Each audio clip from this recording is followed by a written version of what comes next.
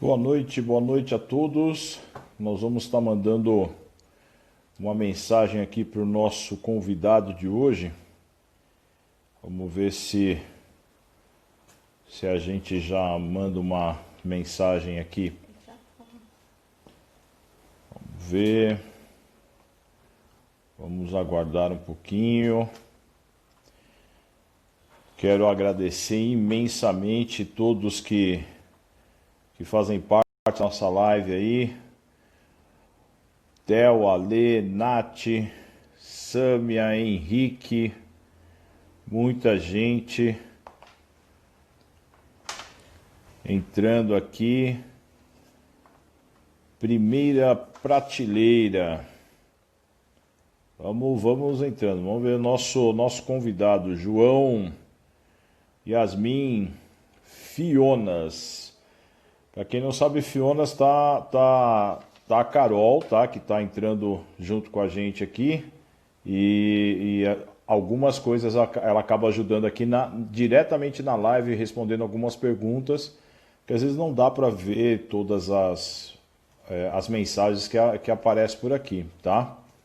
Pessoal, se vocês quiserem colocar o nome de vocês aí, a gente tenta conversar e bater um papo aí também, tá? Muita gente entrando aqui, obrigado pela presença de todos. Vamos esperar o nosso convidado aqui. Nem tem título, Dogs, não tem título. Nós estamos fazendo vou já começar aqui, Andrezinho. Nós estamos fazendo uma brincadeira com o Renato. O Renato faz muito isso. Aqui, ó.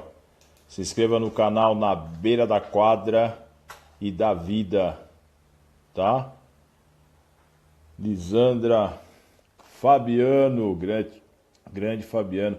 Ah, atrás de mim, tem algumas, viu, Sami? Eu vou falar que aqui tem 3 esportistas aqui, né? Fala, mestre. Deixa eu ver aqui. Tem algumas medalhinhas aqui. Esse rapaz, hein? Esse rapaz joga basquete, só chuta do meio da quadra. Quem que será esse cara? Quem será esse cara que só chuta do meio da quadra? E acerta, né? O pior é que acerta. Rapazinho moreninho. Tem 3 filhos. Deixa eu ver aqui o meu convidado. Meu convidado de hoje. Opa. Vamos lá. Estamos aguardando aqui. Vamos. Grande professor. Salve, meu querido. Tudo bom? Tudo bem, Nato? Tudo em paz, Douglas. Tudo tranquilo. Graças a Deus. Um pouquinho atrasado, né? Mas tudo bem. Vamos aí. Chegamos um pouco tarde. Mas aqui funciona. Pode ficar tranquilo. Você está ouvindo o eco? Eu estou escutando, mas para mim não está incomodando, não. Fica tranquilo. Entendi. Então tá bom. Renato, eu vou fazer hoje a leitura do texto que nós te apresentamos. Tá? E aí a partir daí a gente já vai conversando. Tudo bem? Vamos ver se funciona isso. De atleta para torcedor, de torcedor para narrador. Se encantou com basquete ainda criança, porém decidiu virar professor.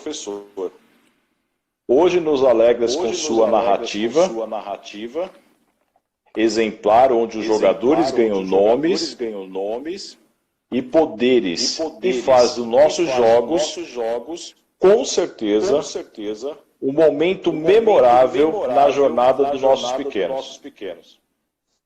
Vamos conhecer o Renato. Muito bonito, muito bem. Esse texto é de autoria da Carol. Sim, eu espero corresponder à expectativa aí de tão belo texto. Não, mas nós vamos brincar bastante aqui, Renato. Tá certo. Renato, se apresenta um pouco mais para nós. Bom, antes de mais nada, só, obviamente, agradecer o convite, né, o convite seu, Douglas, da Carol, tá? Quer dizer, eu tenho acompanhado, né, o projeto de vocês e tô muito contente, né, em ter sido chamado para poder participar dessa conversa tão animada como foi aí, certo, com os outros que eu acabei assistindo, né? Mas vamos lá, né, me apresentar, falar um pouquinho sobre a minha pessoa. Quero agradecer também, por favor, todo mundo que está chegando aí, né, certo? As pessoas que estão entrando, né, assim, reparando no meu cabelo bonito, então... Aproveita, né? Então, né, o querido Fabiano aí, um beijão para ele e para todo mundo que está chegando. Mas vamos lá. Ô Douglas, é o seguinte, né, essa daí é a famosa pergunta de 1 milhão de libras, né, quer dizer, para a gente falar quem a gente é, né, assim, então é algo que tem uma responsabilidade grande aí. Então eu vou te dizer o seguinte, o que eu costumo dizer é que eu sou um educador humanista e um educador humanista contramajoritário. E agora vou explicar um pouquinho o que quer dizer isso, né? Boa. Para poder a gente pegar quem está aí conhecendo e entender um pouco. Por que eu começo dizendo que eu, certo, sou um educador? Porque em toda a minha trajetória, quando eu olho para trás, assim, certo, na minha vida, eu posso te dizer com a maior tranquilidade que os momentos assim, aqueles momentos que a gente fala, puxa, esses momentos são aqueles que a gente guarda, aqueles momentos de plenitude, né, os momentos que você pega e se encontra e fala, puxa vida, esse é meu papel aqui. E sempre que eu lembro disso na minha vida, eu posso te dizer, te garantir que ele está relacionado com a possibilidade de estar aprendendo e transmitindo alguma coisa para outra pessoa. Isso é o que me enche os olhos, assim, certo? É aquele momento que você fala assim, puxa, se eu tenho alguma função aqui nesse lugar, essa função é essa, né? De estar compartilhando, de estar transmitindo algum conhecimento, alguma experiência, alguma coisa que eu adquiri de outros e que eu estou podendo passar para frente. Então, nesse sentido, eu sempre digo, eu sou um educador. Mas eu falei, né, que além de educador, eu sou um educador humanista, né? E por que humanista? Porque se tem uma coisa que eu gosto nesse mundo, é desse bicho chamado gente. Sabe? É dessa coisa tão complexa, né, que é o ser humano. Sabe? Assim, essa coisa fantástica que é o ser humano, em toda a sua grandeza, em todas as suas contradições, com todas as falhas, né? Mas fundamentalmente com a capacidade de renovar e aquilo que faz com que eu acredite demais, né, na possibilidade da gente estar vivo e da gente, certo, por mais horroroso que possa estar o momento de hoje, por mais tenebroso que possa ser, acreditar que a gente pode pegar e transformar algo onde a gente está, porque eu acredito no ser humano. E para fechar, né, essa apresentação aí, certo? É contramajoritário, né? Quer dizer, essa palavra aí é tão diferente, né? Por que contramajoritário? Porque assim, também tem a ver com a minha retrospectiva da minha vida, né? De olhar, de observar o passado. E eu posso dizer uma coisa assim, desde pequena, minha mãe sempre dizia assim, né? Fala, certo, até hoje. Renato, você nasceu do contra, menino. Como não, assim? Desde pequeno. Vou explicar, certo? Ele desde pequeno assim, Renato, você sempre é do contra. Os meus amigos, alguns deles que estão chegando aí, certo, né? Entrando também, eles, mais ou menos parecido. Eles falam assim, esse cara, o que ele quer é polemizar. Não, certo, ele está aí, certo, ele sempre quer, certo, ser do contra. Mas na realidade, eu que para alguns que não me conhecem muito bem podem achar isso, certo, como uma coisa negativa, na realidade eu vou dizer o seguinte, eu me apoderei disso porque faz parte da minha existência a ideia de ouvir o outro lado. Ouvir o outro lado. De querer, certo? Ver uma outra situação. Porque se tem uma coisa que me causa uma certa ojeriza, é a ideia da unanimidade. Então, diante desse fato, mesmo quando eu não concordo, certo? Eu quero ouvir. E eu quero garantir que você possa falar. Eu quero garantir que você possa falar de forma diferente. Não significa que eu vou concordar com você, não. Aliás, na maioria das vezes eu não concordo. Eu faço questão de firmar a minha posição, né? Mas eu quero, certo? Eu faço questão de trabalhar essa ideia, né, de que é fundamental você garantir outras perspectivas. Então é por isso que eu me apresento dessa maneira. Eu sou um educador, eu sou humanista e eu sou contra-majoritário, né? Assim, eu adoro uma confusãozinha aí, vamos dizer assim.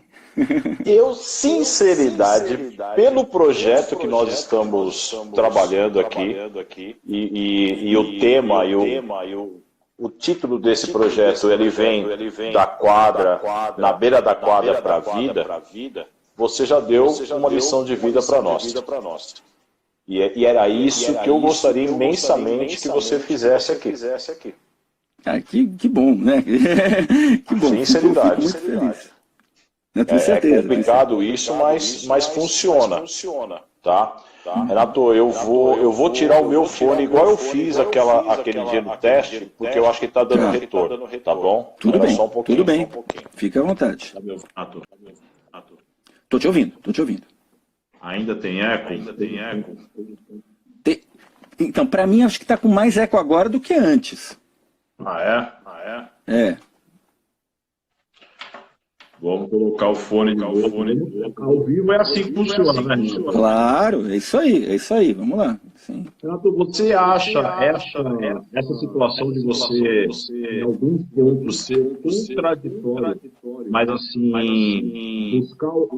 enxergar o outro lado, faz parte do esporte também?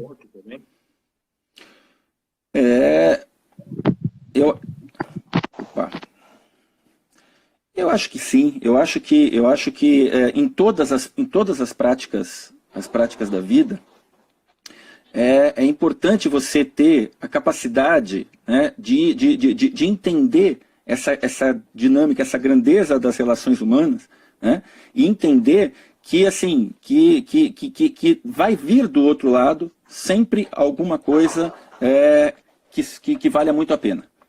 E óbvio que isso vai se aplicar também, obviamente, na questão esportiva. Né? Eu acho que sim. A sua vida esportiva foi como? Como é que você começou o esporte? Como é que você chegou a tudo isso? Tá, vamos lá.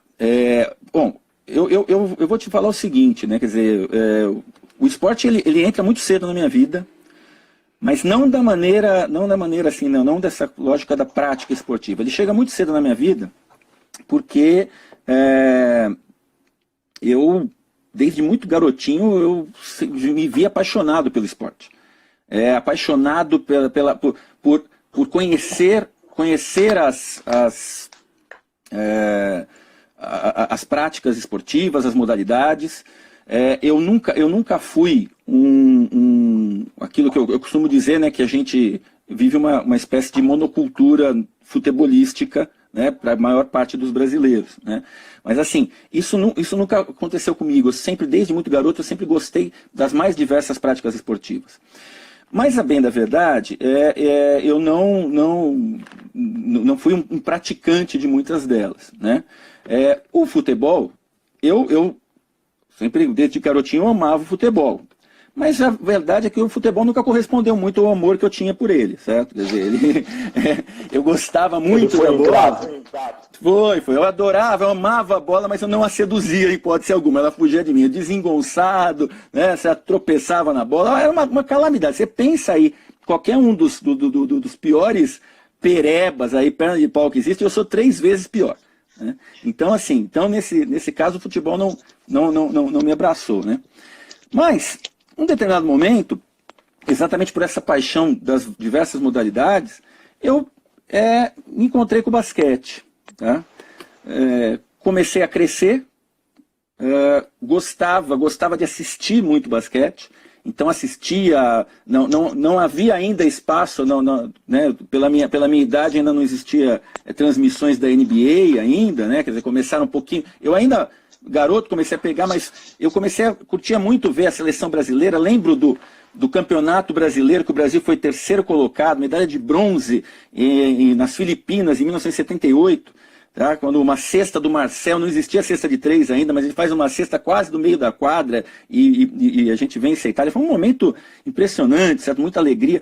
Então eu gostava demais, né? E aí quando eu dei uma espichada, como eu cresci assim rapidamente, né? No começo, com 13 anos, cheguei a 1,77 m, que para a época era uma coisa, né, já era um dos mais altos, assim, certo? De repente, com um amigo meu que jogava basquete no Parque Continental Parque Clube, um amigo de sala, ele chega para mim e fala assim, Renato, você não quer fazer um teste lá? Aí eu falei, quero, né? Meio assim, vamos lá, eu quero. E aí eu fui com ele fazer o teste no Continental Parque Clube. Quando eu cheguei lá, era véspera do torneio início, né, muito próximo. Aí quando ali eu cheguei, eu peguei e fui totalmente ignorado pelo técnico, né? Esse meu amigo, ele tinha 1,95 m, tal, certo? Eu cheguei ali, eu não tinha noção, porque o meu conhecimento era rudimentar de algumas aulas de educação física, mas assim, para ser bem sincero, desculpe aí, certo? Mas o colega professor de educação física que eu tinha não estava muito ligado, certo? No esporte, certo? Assim, no basquete, né? Então ele largava a bola de futebol lá e o pessoal ia jogando qualquer coisa, né? Então era tudo muito rudimentar. Então eu fui ignorado. Quando eu voltei para casa, me chateado, tal, que nem o professor lá nem deu bola para mim, né? Aí eu achei que estava tudo encerrado ali, né? Minha carreira estava encerrada. O que aconteceu foi o seguinte, no dia seguinte, né? Eu conversando com esse meu amigo, aí ele pegou e falou, mas, puxa, né? Que coisa, o cara não deu bola. E aí que eu percebi o seguinte, quer dizer, ele achava, eu estava na sala dele, mas ele era repetente. Então, na realidade, ele era um ano mais velho. E ele achava que eu tinha a idade dele. Então ele me levou para fazer, certo? A categoria dele. A categoria dele, uma categoria acima. E ninguém me perguntou nada, de que ano eu tinha nascido. Eu peguei também, não falei, certo? Nada, peguei e segui. Aí tinha um outro rapaz que na época que jogava na escola, escola estadual Anhanguera, primeiro, segundo grau da Anhanguera da Lapa. E esse rapaz, ele jogava no Palmeiras. E ele também era mais velho. Ele tinha 14 na época, eu 13, né? Seria o sub-13, né? Aí ele pegou e falou, pô, você tem 13? Não, para 13 você é grande, hein, cara? E aí resolveu pegar e me levar para o Palmeiras. E aí, diferentemente, por outro lado, o técnico, quando aparecia um cara mais alto, assim, o técnico pegou, jogou, estendeu um tapete, mesmo eu não sabendo nada, né? Tapete vermelho, então me acolheu. E ali eu me senti muito feliz, né? Assim, foi num momento interessante. Bom, foi assim que eu adentrei no esporte competitivo, né? Não passei muito tempo. Não sei se você quer fazer alguma pergunta, porque eu sou uma máquina de falando, hein, Douglas? Se quiser me interromper, você vai. Não, então tá bom.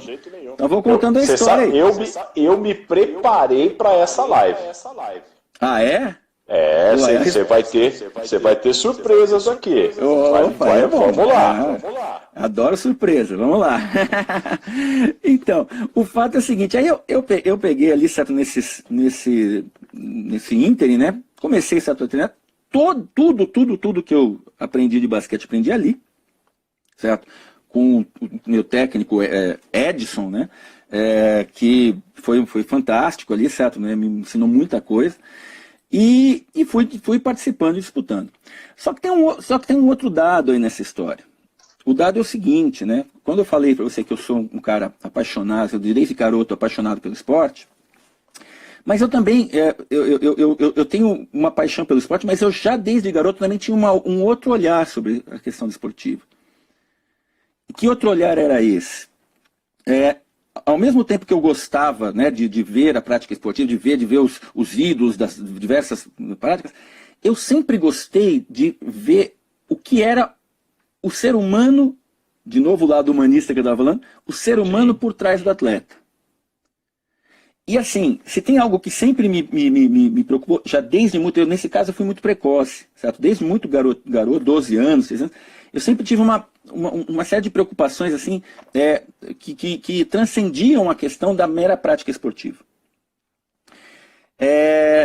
Graças aí à influência do meu pai, que me possibilitou, certo? Apesar de um histórico aí, certo?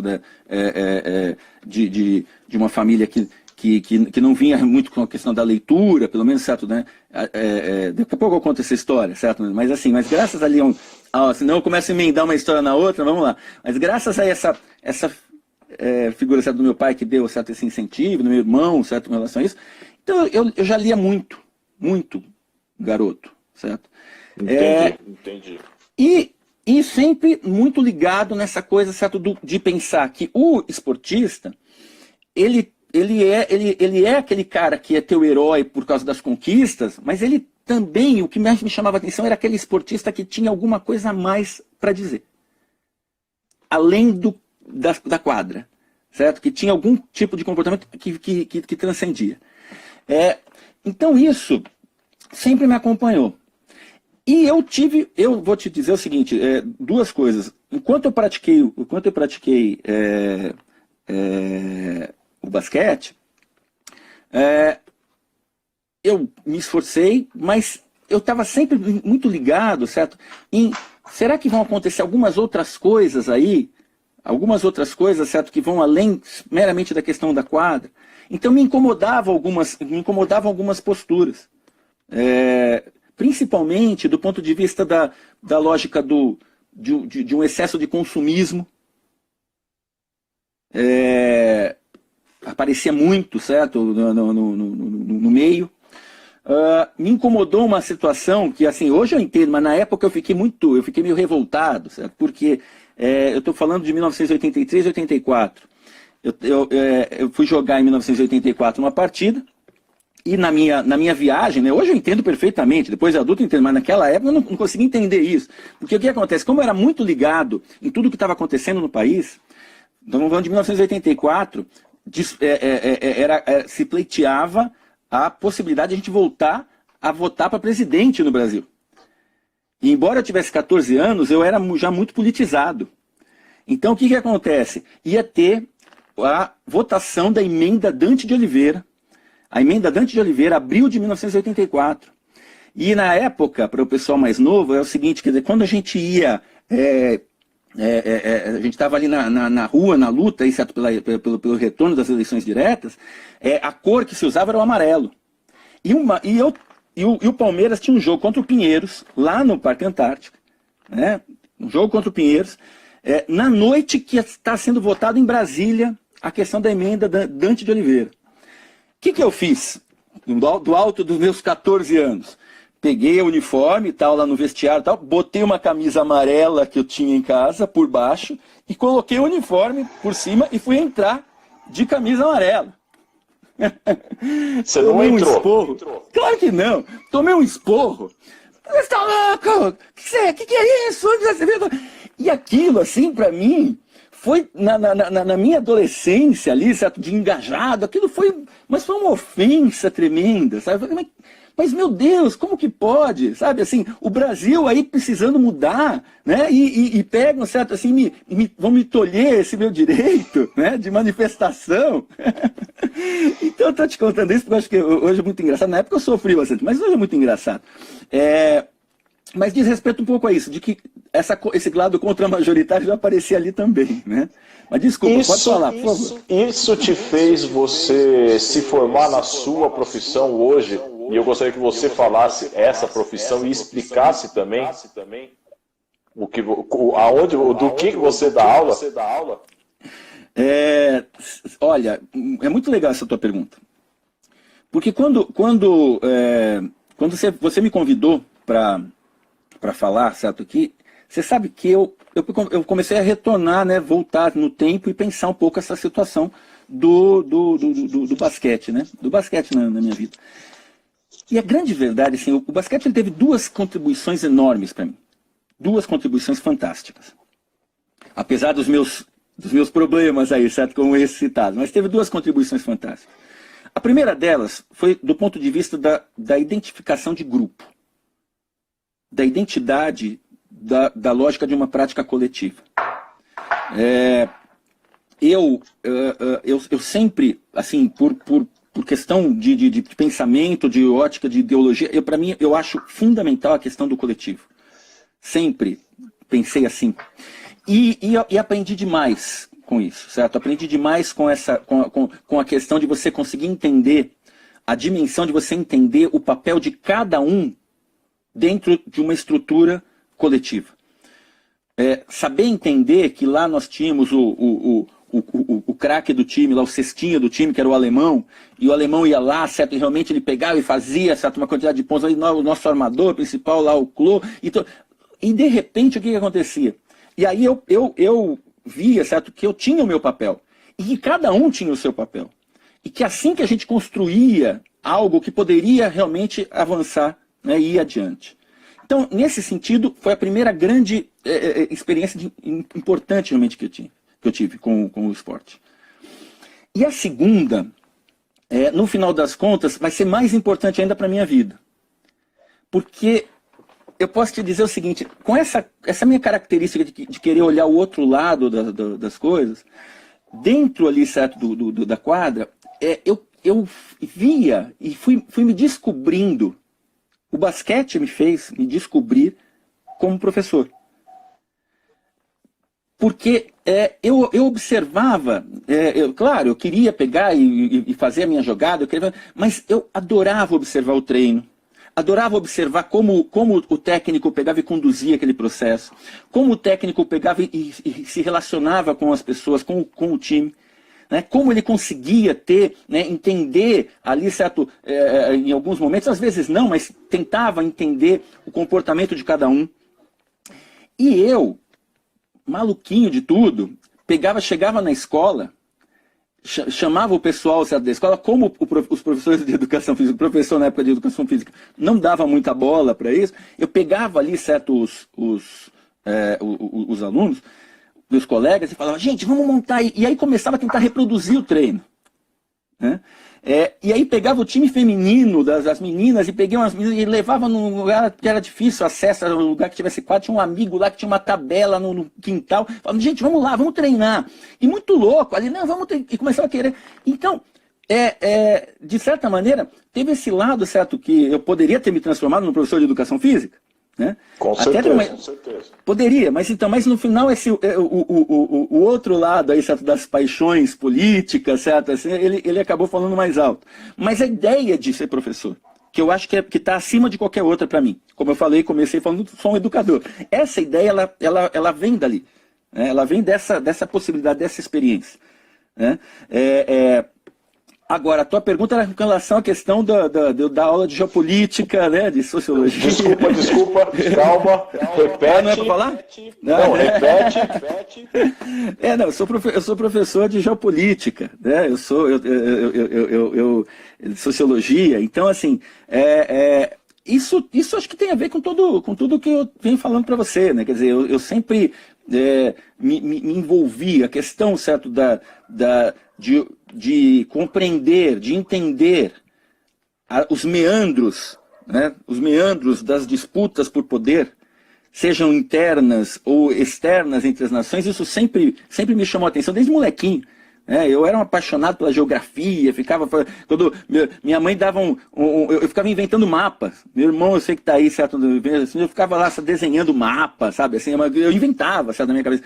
E aí eu ia tentando entender exatamente isso, essas inter-relações complexas, né, que acabam existindo entre as pessoas.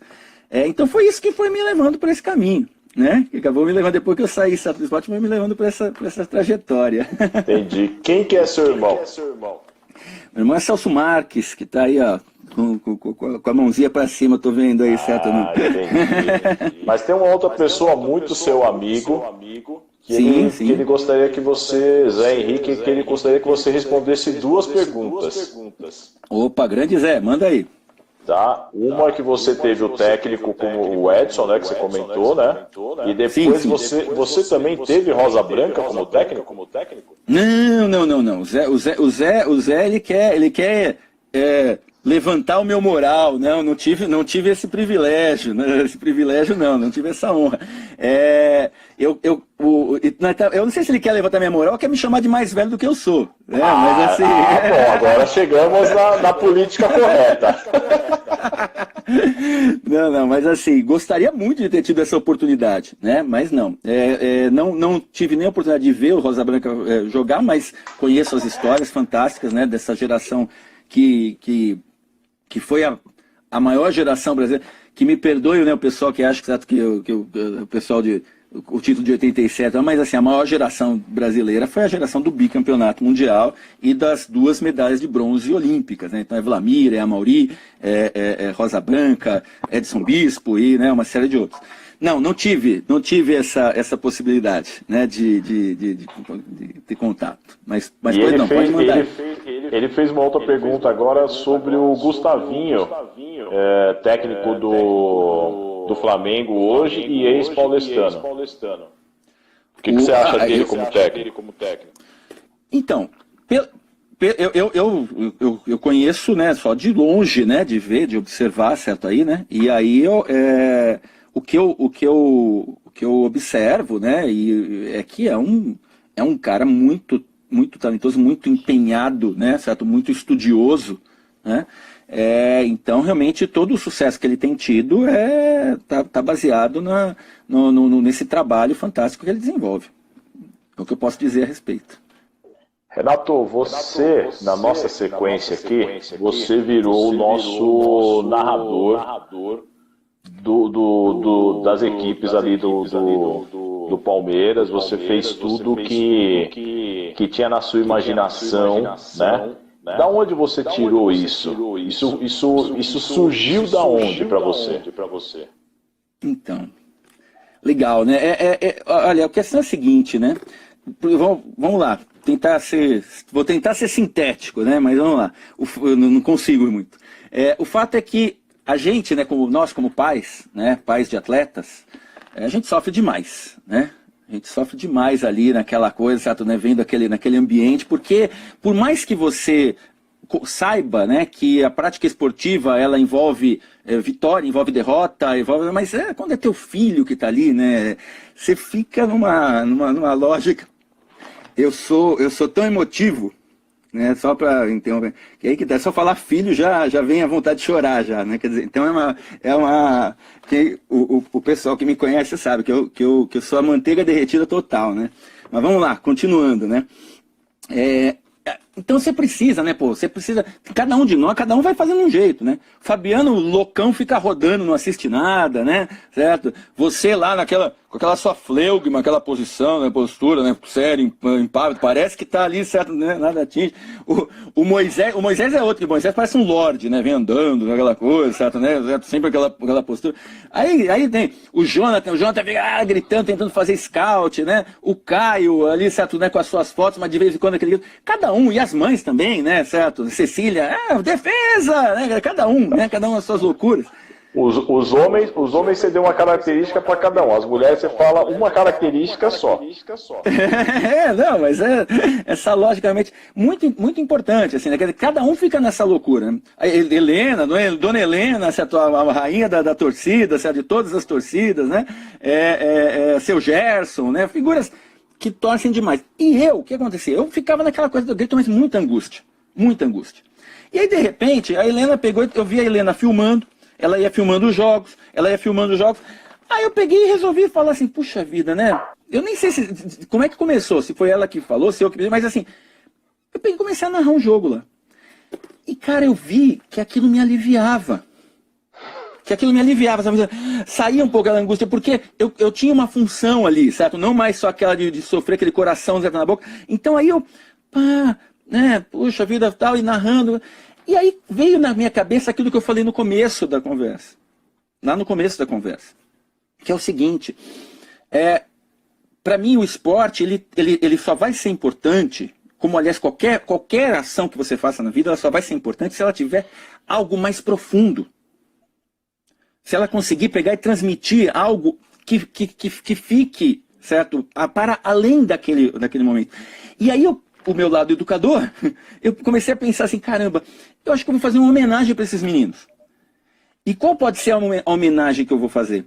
Eu vou pegar e vou, eu observando a forma de um ou outro jogar, eu vou pegar e vou começar a associar cada um deles ou a um livro clássico, ou a um filme clássico. Ou naquilo que coubesse também, porque não ia ser assim, qualquer coisa, certo? Ou seja, tinha que ser alguma coisa que fosse dizer respeito ao papel que ele desempenhava ali. Tudo começou com o Vini, aquela forma do Vini pegar e correr, certo? Ele vai, atravessa a quadra, certo? Entra na bandeja. Aquilo me lembrou um livro fantástico do Faulkner, né? Som e Fúria, que é um nome também, o título já é demais. E ali, em determinado momento, eu peguei e falei, e lá vai Vini cheio de som e fúria! Pra mim era certo, aquilo era impressionante. E dali a coisa começa a andar, e vem, certo? E aí vem, né, o Enzo, aquela força, a montanha mágica de Thomas Mann, né? E eu comecei então, daí eu falei, puxa vida, é isso que cabe.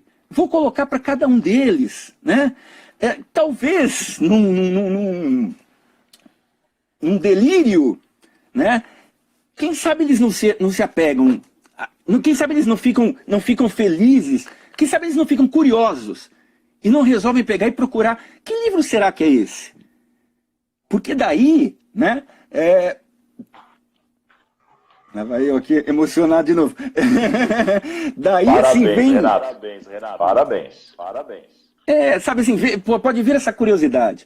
Eu lembro muito de uma história, assim, certo, que aconteceu comigo quando professor, lá nos anos 90, porque eu sempre com essa questão do basquete acompanhando, e eu dava aula num colégio privado, e aí lá dando aula, e nos intervalos, quando dava, eu pegava a bola e brincava, ia lá brincar com a molecada.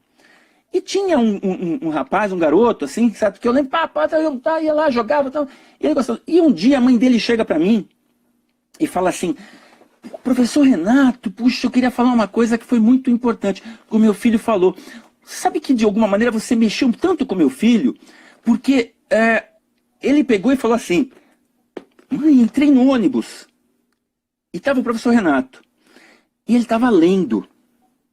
E ele estava lendo assim de uma maneira tão assim intensa, ele estava tão compenetrado, que eu nem chamei assim, e nada que acontecia em volta ele chamou atenção. E mãe, ele joga basquete. E ele lê também, mãe. Isso não cabe na mesma caixinha? Não, para ele não cabia, mas a partir dali começou a caber. Ela chegou para mim e falou assim, você sabe que ele passou a ler? Ele passou a ler quando ele viu que um cara que ele gostava e que jogava basquete, que fazia uma coisa que era uma coisa que ele via como uma coisa legal, também lia. Algo que ele até então que ele achava que era uma coisa meio que imposição da escola, apenas e tão somente. Então essas coisas vão nesse sentido. Todos eles têm um significado para você e você tirou de um livro, de algo que te mexeu, certo? Sem dúvida.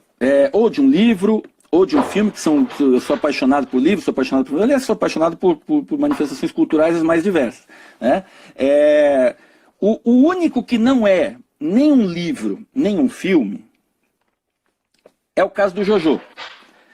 Porque o caso do Jojo é o seguinte, o caso do Jojo, ele tem uma importância interessante, porque ele vai lembrar aí aquele que para mim é o maior esportista de toda a história, que é um cara chamado Muhammad Ali. E por que o Muhammad Ali, para mim, é o maior esportista de toda a história? Não só porque ele foi um boxeador fantástico, embora os especialistas, alguns possam divergir, um pode falar, não, achei o Sugar Ray Robinson melhor, ou Joe Louis, mas não é isso. Mas porque ele foi alguém que transcendeu a capacidade esportiva.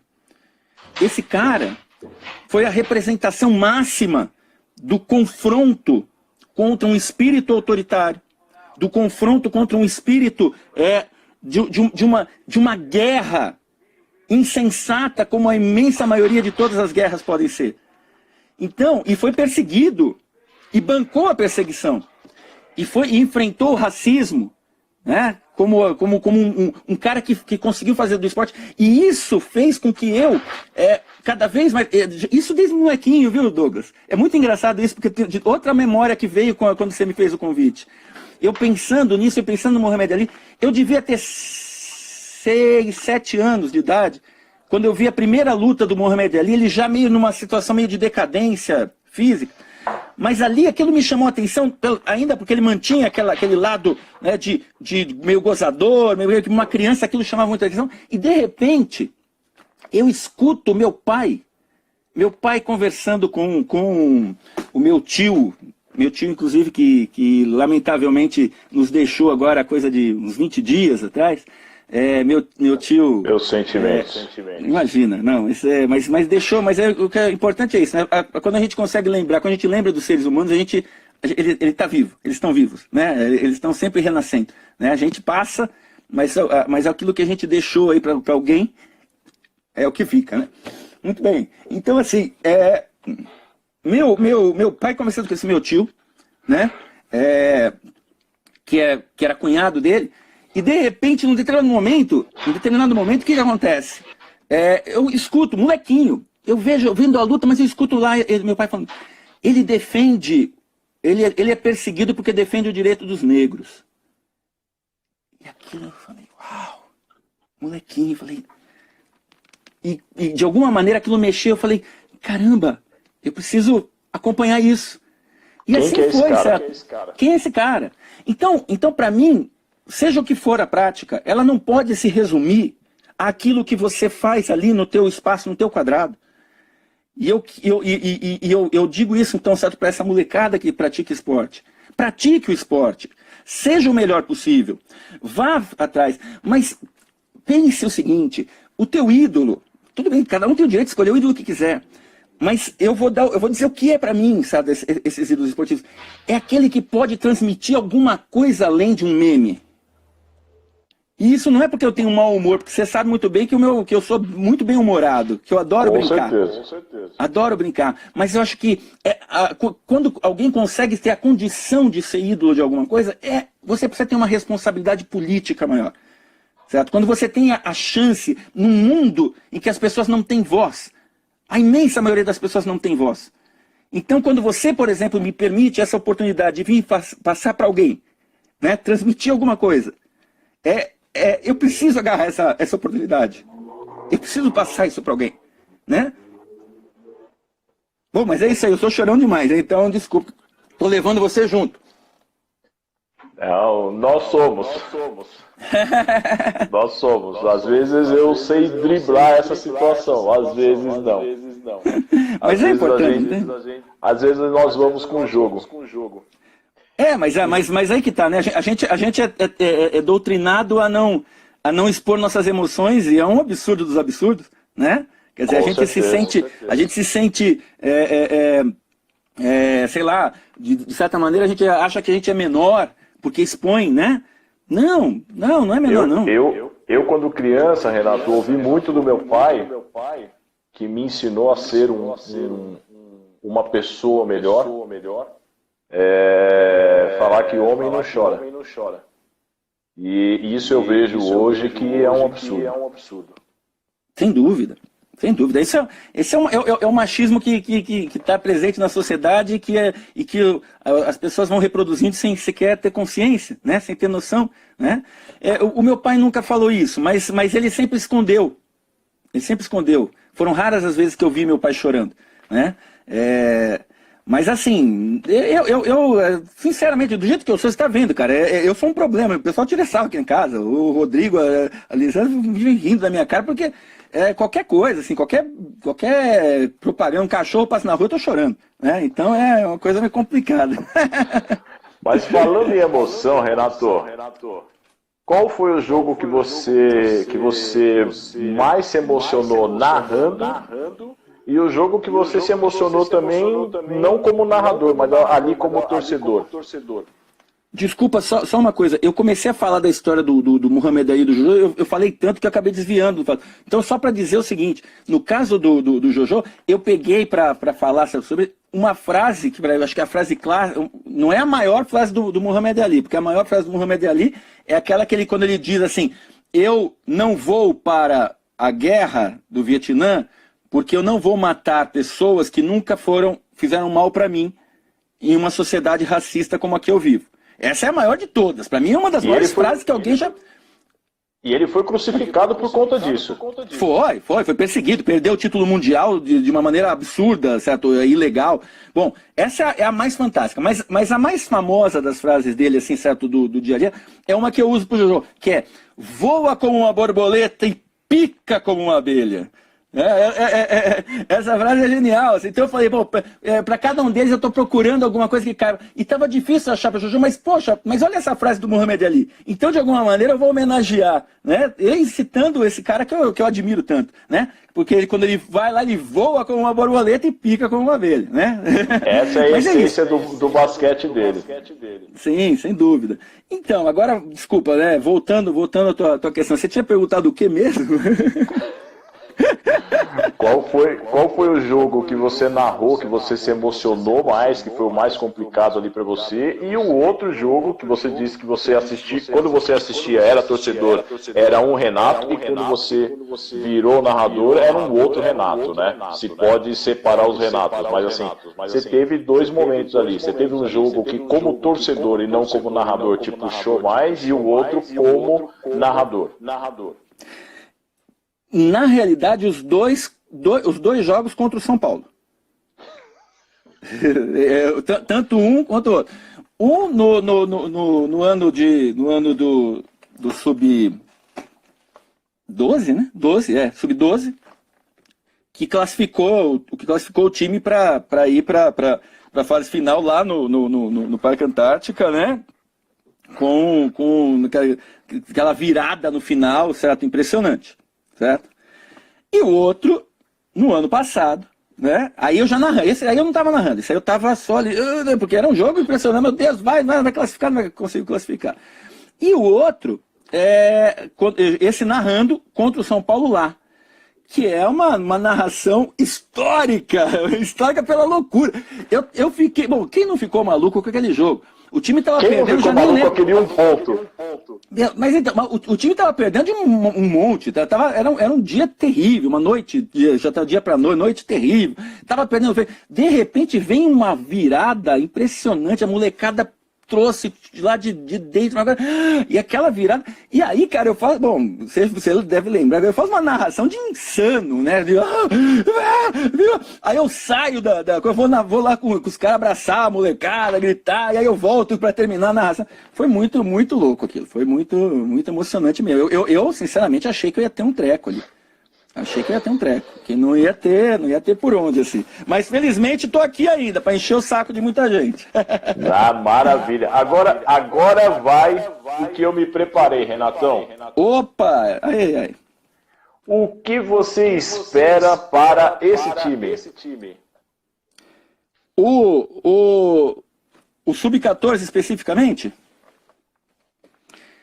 Eu acho o seguinte, se você for pegar só do ponto de vista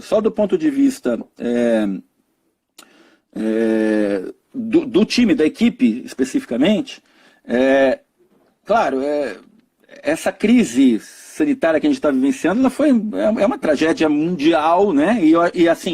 E eu peço desculpas por estar falando isso de uma coisa que acaba sendo muito menor perto de tantas mortes, tanto sofrimento, tanta dor que as pessoas estão sentindo por aí, né? Quer dizer, então eu peço desculpas já, certo? Mas assim, pegando especificamente, então, já que você me fez a pergunta, eu vou responder.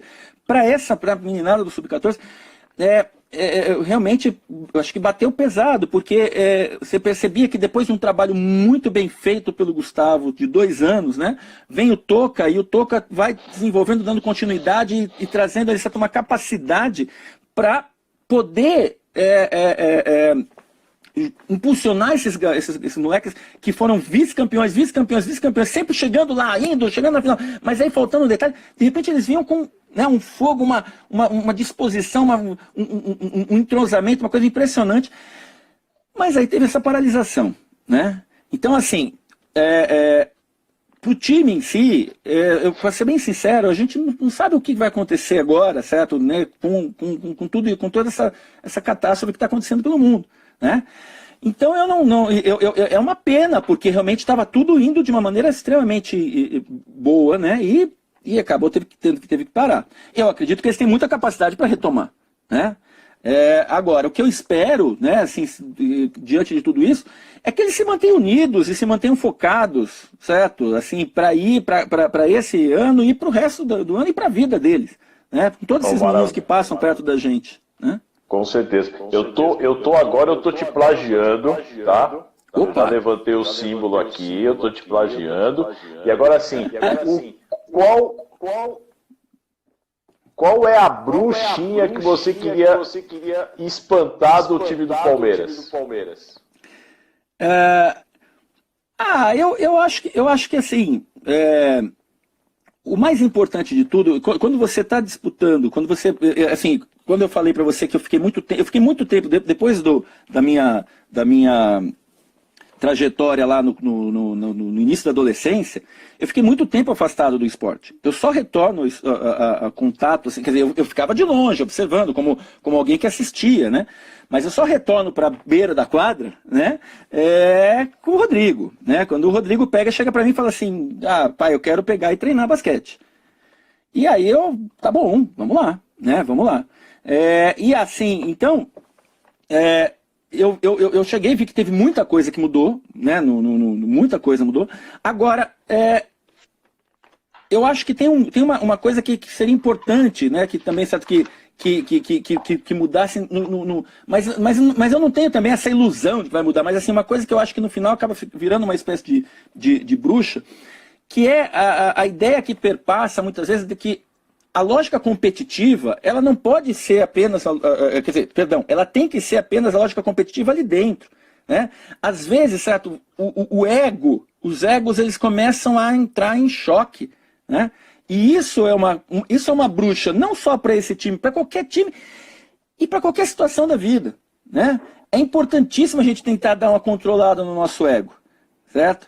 Eu sei que é difícil, a gente é puro ego, mas isso é uma coisa que eu acho que deveria, que é uma bruxa que eu gostaria que ficasse espantada, que ficasse fora.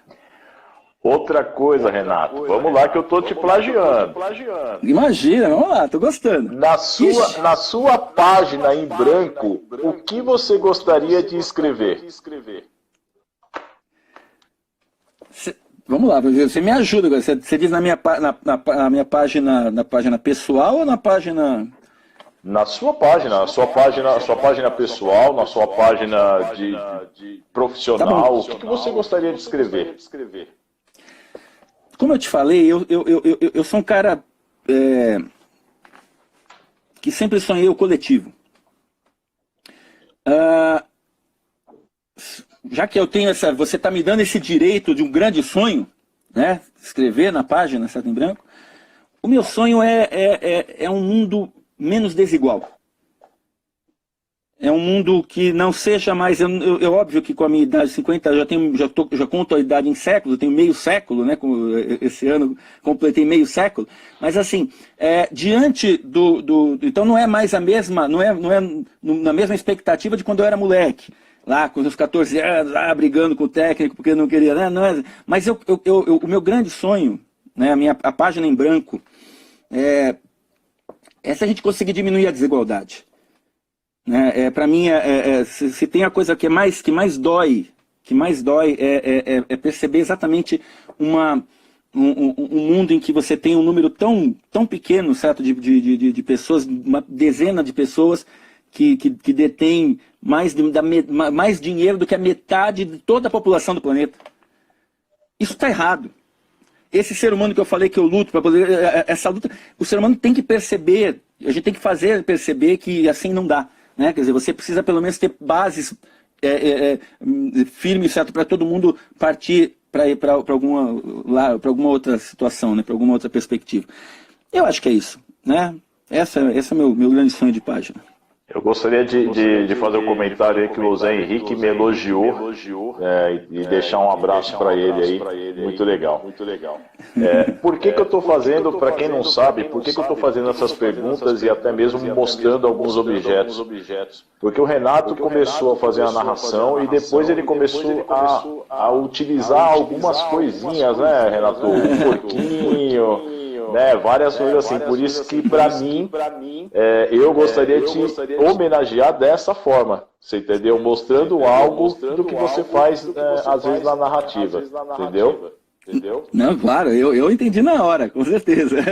O que você gostaria de apagar da sua vida, Renato? Você consegue falar para nós? Eu vou ser sincero, eu acho que a gente não tem que apagar. Douglas, a gente tá aqui para cometer erro, cara. Sabe assim, a gente é isso. Como eu falei lá no começo, o ser humano é contraditório, ele faz besteira mesmo. Eu acho que assim, apagar, a gente não vai apagar. Mas é importante a gente conseguir...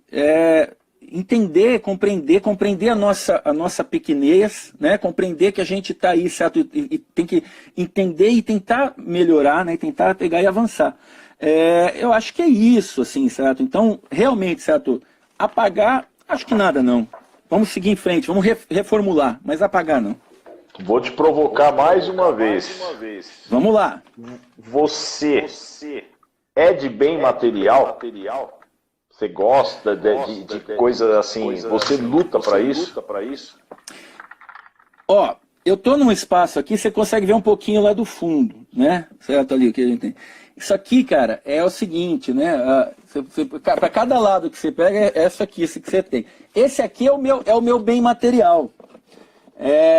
A Lisandra, às vezes, teve momentos da nossa vida que ela pegou e ela reclamou várias vezes. Ela falou assim, pô, Renato! Você precisa comprar uma calça nova, cara. Pô, Renato, onde já se viu? Olha isso que você tá, olha um tênis. Você precisa comprar um tênis novo. E eu tenho uma resposta, sabe? Basicamente assim, escuta, Lisandra, você sabe quantos livros eu consigo comprar com uma calça? Você acha que eu vou gastar dinheiro em uma calça? Você acha que eu vou gastar dinheiro em um tênis? Certo? Olha só, então sempre, cara, isso é uma coisa assim, sempre que eu vou... eu só vou mesmo quando preciso, quando não tem jeito, a coisa tá terrível. Aí ela me dá uma dor, que vergonha, tá andando junto com você, desse jeito. Aí eu tenho que ir. Mas assim, esse é o meu bem material principal. Né? Realmente, os livros eu sou maluco. Né? E é isso. Ótimo, Renato. Vou te fazer mais uma perguntinha, porque nosso tempo está acabando, infelizmente. Já, nosso papo meu? foi maravilhoso. Já acredito. foi uma hora.